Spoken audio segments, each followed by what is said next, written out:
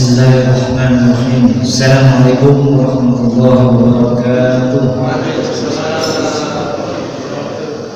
Innal hamdalillah nahmaduhu wa nasta'inuhu wa nastaghfiruh wa na'udzu billahi min shururi anfusina wa min sayyiati a'malina. Man yahdihillahu fala mudilla lahu wa man yudlilhu fala hadiya lahu. Asyhadu an la ilaha illallah wahdahu la syarika lahu wa asyhadu anna sayyidina Muhammadan abduhu wa rasuluh. Allahumma shalli wa sallim ala Muhammadin wa ala alihi wa ashabihi ajma'in. Qala Allah ta'ala fi kitabil aziz, a'udzu billahi minasy syaithanir rajim. Ya ayyuhalladzina amanu taqullaha wa tanzur nafsum ma qaddamat lighad wattaqullaha innallaha khabirun bima ta'malun.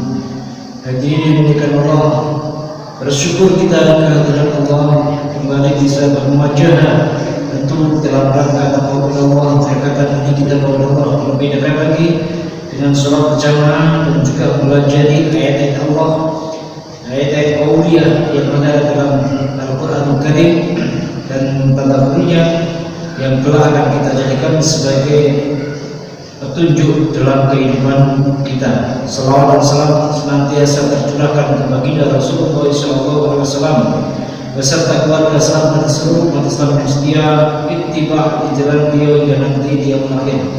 Insyaallah kita akan melanjutkan surah Al-A'raf ayat yang ke-36. Silakan dibuka. Ke-38 sampai dengan 43. Silakan.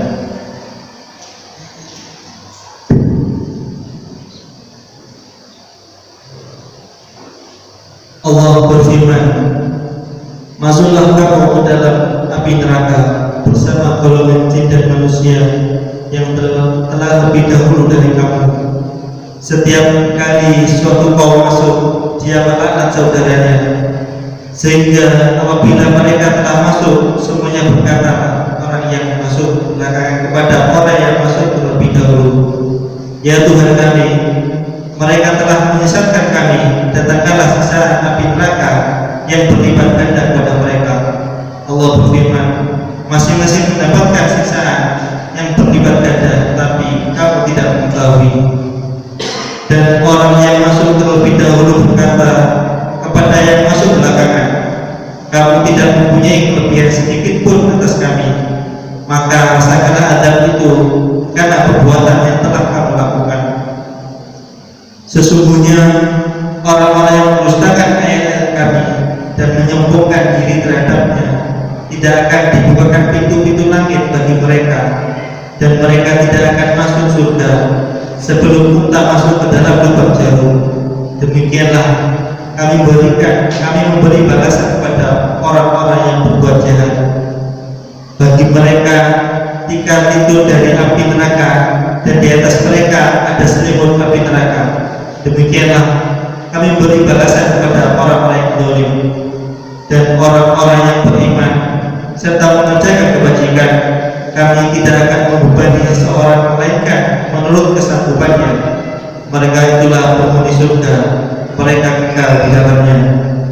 Dan kami mencabut rasa dendam dari dalam dada mereka, di bawahnya mengalir sungai-sungai. Mereka berkata, segala puji bagi Allah yang telah menunjukkan kami ke surga ini. Kami tidak akan mendapat petunjuk sekiranya Allah tidak menunjukkan kami. Sesungguhnya Rasul-Rasul Tuhan kami telah datang membawa kebenaran, diserukan kepada mereka, itulah surga yang telah diwariskan kepadamu karena apa yang telah kamu kerjakan. Baik. Ayat yang ke-38 Allah berfirman, a'udzubillahi minasyaitonir rajim. Qala qulu fi umamin qad khalat min qablikum minal jinni wal insi fin nari kullama dakhalat ummatun la'anat ukhtaha. Dikatakan kepada orang-orang itu, siapa mereka itu yang dimaksudkan? Allah berfirman kepada mereka, orang-orang yang berbuat dosa itu, masuklah kalian bersama umat-umat yang terdahulu. Pada khalaqna qablikum, minal jinni wal insi, dari golongan jin dan manusia, finnar. Jadi yang masuk neraka itu adalah dari golongan jin dan manusia. Kullama dakhalat ummatun la'anat ukhtaha, setiap kali ada umat yang masuk dalam neraka itu, maka saudaranya, temannya, sama mereka yang masuk saling laknat. Hatta iddaratu, sampailah kemudian apabila mereka mendapati fiha jami'an, semuanya masuk ke dalam neraka, qalat ukhrahum, berkatalah yang lain, orang yang lahir maksudnya dari arah yang masuk itu, di ulahum, kepada yang terdahulu masuk neraka, Rabbana haula'i adalluna, duhai Allah, sesungguhnya mereka itu yang masuk neraka lebih dahulu daripada kami, adalluna, telah menyesatkan kami, fa'atihim adzaban dhifan, maka timpakanlah kepada mereka azab berkali lipat daripada kami, minanar, dalam neraka itu. Qal, Allah berfirman, likulli dhifan, setiap dari kalian masing-masing dapat azab berlipat ganda, walakin la ta'lamun, tapi kamu tidak tahu. Hal ini yang dimulakan Allah ini bentuk bahwa ternyata nanti ada penyesalan sangat daripada orang-orang yang belum mengikuti apa yang diserukan oleh orang-orang yang zalim, apa yang diserukan oleh orang-orang yang berbuat dosa, mengajak atau menyeru kepada teman-temannya, saudaranya, sahabatnya, dan lain sebagainya untuk mengikuti jejak mereka. Tak terkecuali kepada mereka orang-orang yang kelihatannya berjubah bersorban, bergelar ustaz, bergelar kaha, bergelar apalagi syekh dan lain sebagainya. Tak terkecuali semuanya akan saling kemudian yang masuk neraka tentunya saling melemparkan tanggung jawab. Ya. Sehingga Allah berfirman di dalam surah Al-Baqarah ayat 166 dan 167. Silakan dibuka.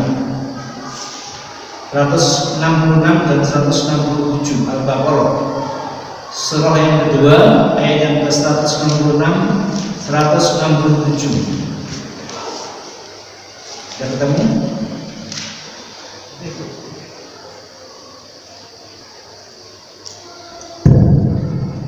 Yaitu ketika orang-orang yang diikuti berlepas tangan dari orang-orang yang mengikuti, dan mereka melihat azab, dan ketika segala hubungan antara mereka terputus, dan orang-orang yang mengikuti berkata, sekiranya kami mendapat kesempatan kembali ke dunia, tentu kami akan berlepas tangan dari mereka sebagaimana mereka berlepas tangan dari kami. Demikianlah Allah memperlihatkan kepada mereka perbuatan mereka yang menjadi penyesalan mereka, dan mereka tidak akan keluar dari api neraka. Allah berfirman di ayat yang 166, ittabarra alladziina tubi'u minal ladziina taba'u wa ra'awul 'adzaba wa taqatta'at bihimul asbab. Kata Allah, ketika orang-orang yang diikuti tabarra, mereka berlepas diri daripada orang-orang yang mengikuti. Perhatikan baik-baik. Ketika orang-orang yang diikuti itu berlepas diri, nggak mau bertanggung jawab kepada mereka yang mengikutinya. Watafat, kenapa Pak? Saat mereka melihat azab neraka yang sangat dahsyat itu. Wara'ul adzaba, ketika mereka semuanya melihat azab neraka yang sangat dahsyat itu, ngerilah mereka, dan mereka kemudian melepas tanggung jawab atas perbuatan yang telah mereka pengaruhkan kepada mengikuti, sehingga mereka berlepas diri daripada yang mengikuti. Wa taqatta'at bihimul asbab, dan semua hubungan sebab dan akibat itu diputus oleh Allah. Jadi masing-masing bertanggung jawab pada dirinya sendiri, baik yang menyeru maupun yang mengikuti ke dalam neraka itu, mereka semua akan bertanggung jawab terhadap dirinya sendiri. Ya. Gak bisa saling melemparkan tanggung jawab. Wa qala alladziina ittaba'u. Nah, kaedah berikutnya orang-orang yang kemudian mengikuti orang yang diikuti, artinya para pengikutnya, jamaahnya utamanya. Wa qala ta'ala anna lana karatan. Duhai andai kata kami jauh dari kami secara kembali ke kami, lana tabarra minhum, kami pasti akan berlepas diri dari mereka. Kama tabarra minna, sebagaimana mereka sekarang ini berlepas diri dari kami. Jadi mereka sering melempar tanggung jawab, tidak mau tahu. Pokoknya aku pengennya dia punya satu aku. Ini ngeri banget. Jadi kita ngeri nanti. Jadi kita tidak bisa melemparkan beban dosa dan kesalahan kekeliruan kita, baik dalam fikriyah, intelektual, agama kita, pengetahuan kita, kepada para asatid, guru-guru kita yang ternyata di akhirat mereka itu bagian dari para ulama su yang menyebutkan neraka. Kita tidak bisa. Oleh karena itu wajib bagi kita supaya tidak terjadi itu apa? Dilarang taklid. Jangan taklid, jangan ngaji sama satu ustaz. Lah si ibu gak dalam dunia ini. Ya enggak, satu aja enggak. Kenapa? Dia benar. Manhajnya sudah benar. Kalau salah, wassalam. Sehingga kemudian kalau sudah guru hanya kepada satu ustaz, hati menjadi jumud, keras. Tidak ada kebenaran kecuali apa yang dikatakan oleh ustaz tersebut. Apa yang dikeras hatinya? Dia kurang ilmu. Dianggap kebenaran ada dari satu sudut pandang, padahal sudut pandang itu banyak. Apalagi kalau ustaznya bicara ini, jangan kamu duduk majelis di majelisnya ustaz yang lain, nanti kamu terkena apa? Subhat yang nyambar-nyambar. Ya, kan begitu ya. Hadirin mulai dulu. Gurunya Imam Syafi'i berapa? Gurunya Imam Ahmad berapa? Ratusan, bahkan di atas 1000. Gurunya Imam Bukhari berapa? Coba kita bayangkan, ada segolongan orang yang kemudian mencela pendapatnya Imam Syafi'i mengenai bab kaitannya dengan bid'ah, bahwa semua bid'ah itu dhalalah fitnah. Sementara Imam Syafi'i itu mengatakan bid'ah dibagi dua, bid'ah sayyi'ah, bid'ah hasanah, bid'ah yang buruk dan bid'ah yang baik. Dan gitu. Tentu semua itu berkaitan dengan muamalah yang baik dan buruk itu bid'ah. Karena di dalam agama, di dalam ibadah, semua ulama sepakat tak ada yang berbeda. Kaitan dengan ibadah tidak boleh ada bid'ah, tidak boleh. Enggak boleh. Tetapi menurut ulama sebagian seperti Imam Syafi'i, seperti Izzuddin Ibni Abdussalam, mereka membaginya. Kenapa? Karena kebutuhan situasi dan kondisi setiap zaman itu berbeda. Contoh nih,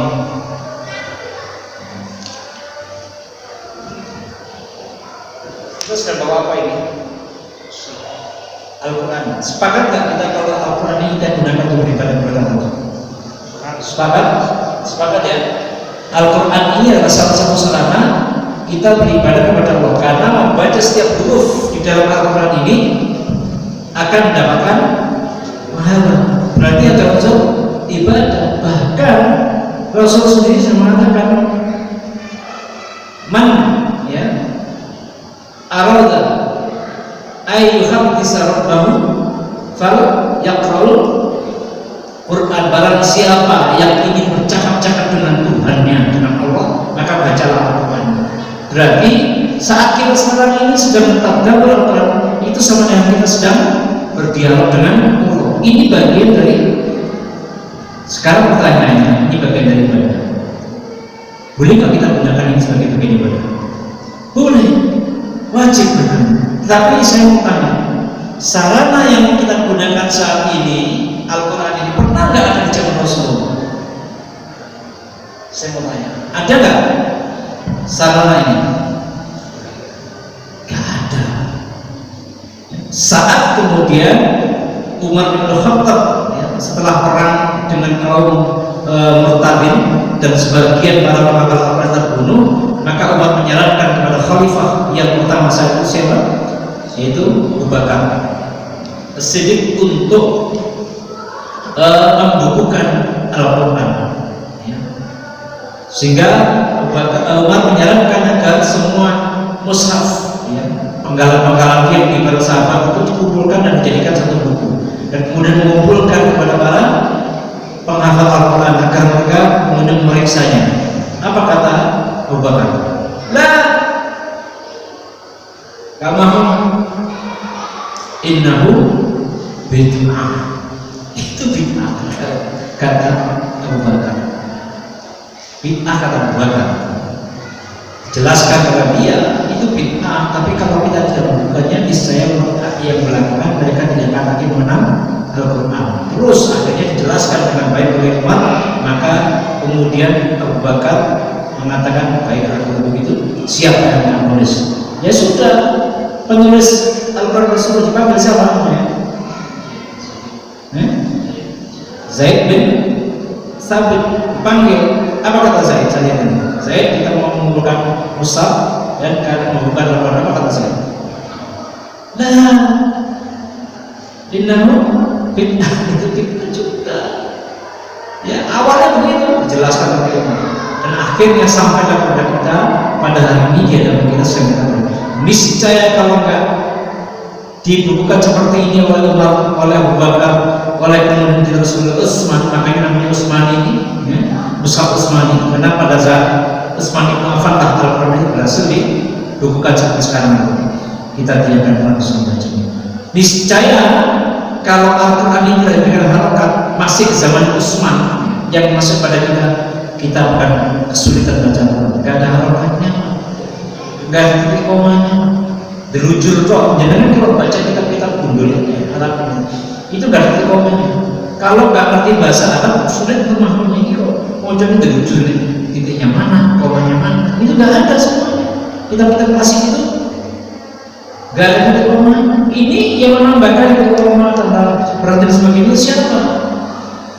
Ulama menambahkan kepada bacaan itu. Saya mau tanya, ketika menambahkan itu bagian dari penambahan atau bukan? Nah, ada apa namanya menambahkan sesuatu yang ternyata ada itu? Ya, tetapi dipakai untuk ibadah. Makanya kemudian oleh Izrin bin Abdussalam mengatakan ada bid'ah wajibah, bid'ah tapi wajib, seperti belajar nahwu saraf bagi para penuntut ilmu, ya enggak? Kalau mau belajar tafsir, mau belajar bahasa Arab wajib. Kalau wajib nggak bisa jadi, kalau nggak diwajibkan nggak bisa jadi ahli tafsir, begitu. Ilmu balaghah, ya, nahwu saraf dan lain sebagainya harus belajar. Itu bagian dari bid'ah yang wajibah untuk mengerti salah. Ini yang harus dipahami, harus dipahami oleh kita semuanya agar kemudian kita tidak keliru, tidak mudah membid'ahkan segala sesuatu yang tidak sesuai dengan pendapat ulama yang kita ikuti. Padahal itu adalah ijtihad, pendapat hasil dari ijtihad salah satu ulama, yang mana ijtihad itu pasti saling berbenturan dengan ijtihad yang lain. Oleh karena itu satu ijtihad dengan ijtihad pendapat yang saling pasti akan terjadi benturan. Nah, niscaya kalau benar mutlak gak ada benturan, kalau ulama itu pendapatnya benar mutlak, gak akan ada perselisihan, masalah selesai. Nah, yang satu-satunya tidak ada perselisihan hanya ada Al-Quran. Coba kita buka surah Al-Furqan, surah ke-25, ayat ke-17 dan 18. Dan ingatlah pada hari ketika Allah mengumpulkan mereka bersama apa yang mereka sembah selain Allah, lalu Dia berfirman kepada yang disembah, apakah kamu yang menyesatkan hamba-hambaku itu? atau mereka sendirikah yang sesat dari jalan yang benar? Mereka yang disembah itu menjawab, Maha suci Engkau, tidaklah pantas bagi kami mengambil pelindung selain Engkau, tetapi Engkau telah memberi mereka dan nenek moyang mereka nikmatan hidup, sehingga mereka melupakan peringatan dan mereka kaum yang binasa. Ya, hadirin berkata Allah, ayat ini jelas-jelas Allah akan menjadi penengah antara perselisihan antara ikut dan mengikuti. Ya kan? Allah katakan, wa yawma yahsyuruhum wa ma ya'buduna min dunillahi wa yaqul fayaqul a antum aqrabu ibadi am hum dhalus sabil. Kata Allah kepada orang-orang yang diikuti, apakah kamu yang menyesatkan abdi-abdiku ini? Apakah kamu yang telah menyesatkan, kalian yang telah menyesatkan para abdiku itu? Ambung dalus sabil, atau mereka sesat dengan sendirinya? Apa kata jawabannya orang yang diikuti? Kalau orang yang diikuti mengatakan, Subhanaka, Maha Suci Engkau, maka yang bagaimana anak tak kita minta min awliya. Gak pantas bagi kami untuk mengambil wali selain Engkau, ya Allah. Gak bisa kami mengambil wali selain Engkau. Walakin man ta'tahu, tetapi Engkau telah memberikan kenikmatan kepada orang-orang yang sesat itu. Wa abahum, dan orang-orang tua mereka tahu, hatta nasutiku, sampailah kemudian mereka menemukan al-dzikr. Menemukan al-dzikr, melupakan dalil yang sesungguhnya. Dzikr itu bisa berarti Al-Quran, ya kan? Ya, bisa berarti mengingat Allah dan lain sebagainya. Wa kanu qauman buruh. Berarti ayat ini menjelaskan penengah apa yang dikatakan Allah kepada mereka itu pertanggungjawabannya tertolak. Kenapa? Enggak, ya Allah, mereka dahulu sesat dengan sendirinya. Kami tidak pantas mengambil selain Engkau sebagai wali. Sesungguhnya Engkau yang punya ilmu itu. Enggak, tetapi Engkau walaupun mereka sesat, tetap Kau berikan kepada mereka kenikmatan dunia. Ini enggak, jangan lihat ada ulama yang menyerukan untuk mendatangi kubur-kubur, meminta-minta di sana. Kira-kira sing teko wae kan? Suki-suki kan? Suki-suki. Ya. Berarti seolah-olah apa yang dilakukan mereka itu diterima oleh Allah, kan begitu? Dikabulkan oleh Allah, diterima seolah-olah oleh Allah. Dan mereka merasa bangga dengan itu. Kenikmatan tetap diberikan walaupun mereka kufur kepada Allah. Walaupun dengan cara-cara yang tidak diridhai Allah, meminta-minta kepada sesuatu yang selain Allah. Ya enggak? Dikasih tetap semua. Walaupun tak tahu, tetapi Engkau ya Allah tetap memberikan kenikmatan kepada mereka. Wa abahum, dan orang tua mereka terdahulu. Hatta nasutikan, sehingga kemudian mereka itu melupakan al-dzikr, melupakan Al-Quran, merupakan Engkau ya Allah. Mereka anggap yang mendatang kekayaan itu adalah si fulan ghairuka, selain Engkau, Tuhan Allah. Begitu yang terjadi, nggak mau bertanggung jawab. Nah, ini yang harus kita dapatkan ibrahnya dan mutadaburinya. Ayat berikutnya, waqalat ya ulahum li ukhrahum fama kana lakum alaina min fadlin fadhuqul adzaba bima kuntum taksibun. Berkata orang-orang yang lebih dahulu masuk neraka itu kepada orang-orang yang belakangan masuk neraka, kamu itu tidak punya kelebihan atas kami, nggak punya, jadi kamu nggak bisa menuntut. Apa kalau punya kelebihan berani menuntut kepada Allah tentang siksa azab yang diberikan kepada kami? Maka rasakan azabnya sendiri. Bima kuntum taksibun, Allah. Maka rasakan azab itu, ya, sebagaimana yang kamu kerjakan dan kamu urusan kamu sendiri, ya kan? Coba kita buka surah Yasin.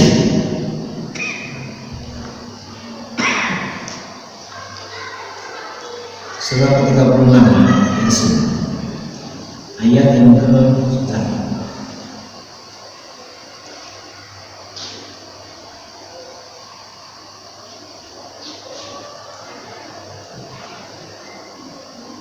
surat yang ke-54.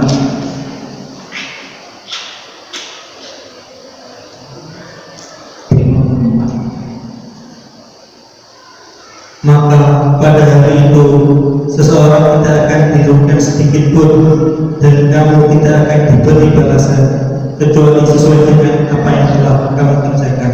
Perhatikan baik-baik. Allah berfirman, "Fal yawma la tudlamu nafsun syai'an wa la tujzauna illa ma kuntum ta'malun." Hari di mana ya, seseorang tidak dirugikan sedikit pun oleh Allah.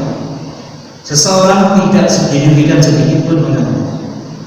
Wala tujzauna, tidak diberikan balasan illa ma kuntum ta'malun, kecuali apa yang benar-benar mereka kerjakan. Jadi yang dibalas itu dosa maupun pahala maupun amal soleh maupun dosa itu dibalas sesuai perbuatannya. Jadi dia tidak dibebankan kepada dia perbuatan orang lain. Kalau yauma la tudlamu nafsun syai'an wa la tujzauna illa ma kuntum ta'malun. Tidak akan dizalimi dan tidak diberikan balasan kecuali terhadap apa yang kamu kerjakan.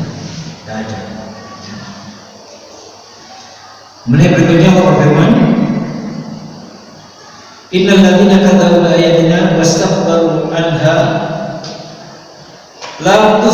la tufattahu lahum abwabus samai wa la yadkhuluna al-jannah hatta yarjal jamalu fi sammin khiyar wa kadzalika najzil mujrimin." Kata Allah, ya, sesungguhnya orang-orang yang mendustakan ayat-ayat kami itu dan berlaku sombong terhadap ayat kami, artinya mereka tidak mendengar, bahkan mereka menyombongkan diri terhadap ayat itu, ya.